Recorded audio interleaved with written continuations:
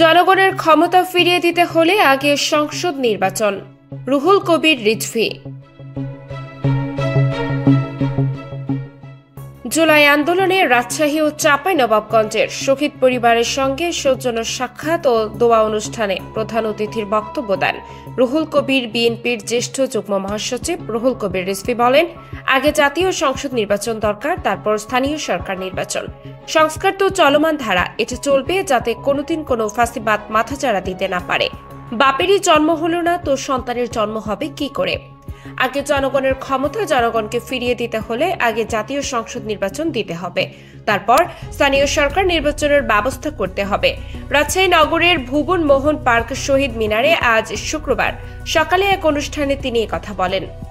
জুলাই আন্দোলনে রাজশাহী ও চাঁপাইনবাবগঞ্জের শহীদ পরিবারের সঙ্গে সৌজন্য সাক্ষাৎ ও দোয়া অনুষ্ঠানে প্রধান অতিথির বক্তব্য দেন রুহুল কবির। এই অনুষ্ঠানের আয়োজন করে আমরা বিএনপি পরিবার। সংস্কার করতে কতদিন সময় লাগবে প্রশ্ন তুলে রুহুল কবির বলেন, আজ সংস্কারের কথা যারা বলেছেন, এই সংস্কার করতে কতদিন সময় লাগে? পুলিশ আচরণ করবে আইন অনুযায়ী, কোনো ক্ষমতাশালীর কথা সে শুনবে না। প্রতিষ্ঠান চলবে আইনের গতিতে, এটা প্রতিষ্ঠিত করতে হবে। এটার জন্য কতদিন সময় লাগে? রুহুল কবির আরো বলেন, সংস্কারের জন্য বিভিন্ন কমিশন করা হয়েছে মার্চ মাস। নির্বাচনের জন্য গড়িমসি কেন? সরকারও নির্বাচনের জন্য একটা মাস দিয়েছিল, বলেছিল ডিসেম্বরে নির্বাচন হতে পারে। আবারও শুনি কেউ কেউ বলছে না, এই সময় নির্বাচন করা কঠিন। নির্বাচন তো করবে নির্বাচন কমিশন, সহায়তা করবে সরকার। আমরা আশা করি সরকার দেশের মানুষের সঙ্গে ন্যায়সঙ্গত আচরণ করবে, কারণ ডক্টর ইউনূস একজন সম্মানিত ব্যক্তি। ডিসেম্বরের মধ্যে নির্বাচন করা কেন কঠিন জানতে চেয়ে রুহুল কবির বলেন, এখনো 9 থেকে 10 মাস সময় আছে। কেউ কেউ বলছেন গণপরিষদ নির্বাচন করতে হবে। গণপরিষদ করতে হয় এই কারণে তার মাধ্যমে একটা সংবিধান রচনা করা হয়।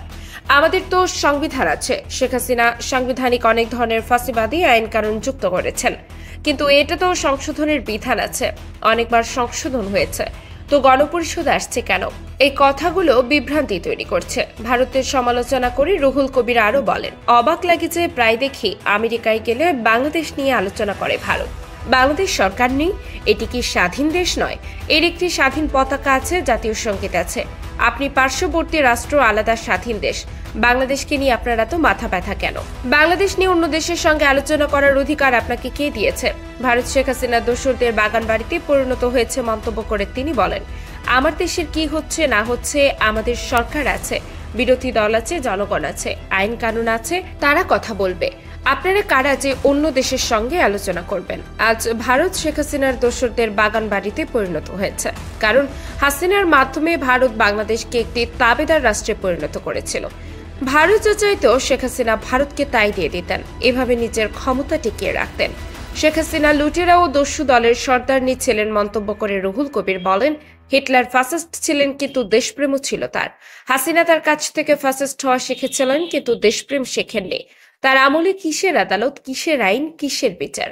শেখ হাসিনা যা বলতেন তাই হতো। শেখ হাসিনা হচ্ছেন সুপ্রিম কোর্টের উপরে। শেখ হাসিনা এমন ফ্যাসিস্ট যে তার কথাই সব।